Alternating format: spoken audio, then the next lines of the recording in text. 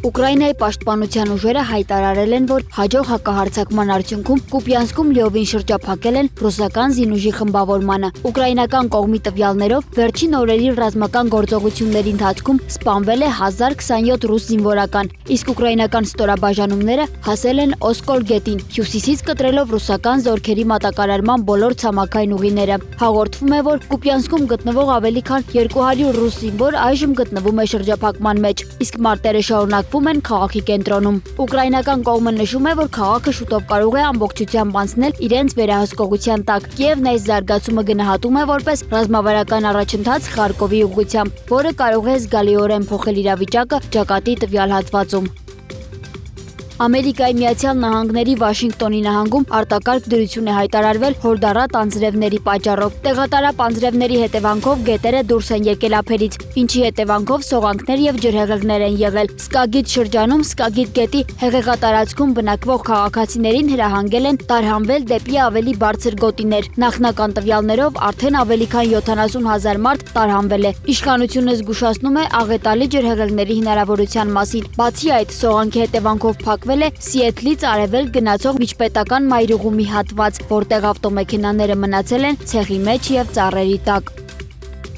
Ֆինլանդիան Ռուսաստանի հետ սահմանին արդեն կառուցել է մոտ 140 կիլոմետր երկարությամբ արգելապատնեշ, իսկ նախագծով նախատեսվում է դրա ընդհանուր երկարությունը հասցնել 200 կիլոմետրի։ Շինարարությունը նախատեսում է ավարտել մինչև հաջորդ տարվա ամառ։ Ֆինլանդիայի սահմանապահ ծառայության տեղեկացմամբ արգելապատնեշի բարձրությունը կազմում է 4,5 մետր, որից մոտ 1 մետրը փշալար, իսկ կառույցի մի մասը տեղադրված է գետնի տակ։ Ֆինլանդիայի եւ Ռուսաստանի միջև սահմանը փակ է ֆիննական իշխանությունների որոշմամբ մինչև հետագա ծանուցում։ Երկու երկրների միջև սահմանագծի ընդհանուր երկարությունը կազմում է մոտ 1300 կիլոմետր։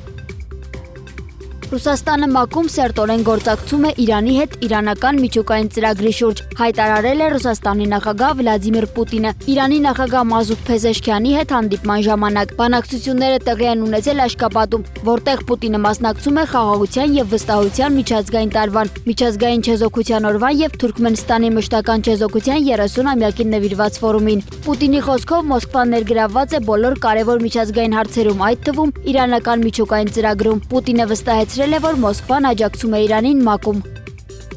Ամերիկայի Միացյալ Նահանգների նախագահ Դոնալդ Թրամփը հիասթափված է ռուս-ուկրաինական պատերազմի երկու կողմերից էլ, հայտարարել է Սպիտակ տան խոսնակ Քերոլայն Լևիթը, նշելով, որ նախագահը հոգնել է ձևական հանդիպումներից եւ ակնկալում է կոնկրետ գործողություններ։ Ավելի ուշ Թրամփը հայտնել է, որ Վաշինգտոնը մոտ է կողմերի միջև համաձայնությանը, ընդգծելով, որ խաղաղության ծրագրի հայեցակարգը բացառությամբ նախագահ Վոլոդիմիր Զելենսկու ընդհանուր առմամբ ընդունելի է նրա շրջապատի համար։ Նրա խոսքով ծրագիրը բաղկացած է 4 կամ 5 հիմնական մասերից եւ ներառում է նաեւ տարածքային հարցերի կարգավորում, ինչը, ինչպես նշվել է, ավելի հեշտ չէ, սակայն կարող է փրկել հազարավոր կյանքեր։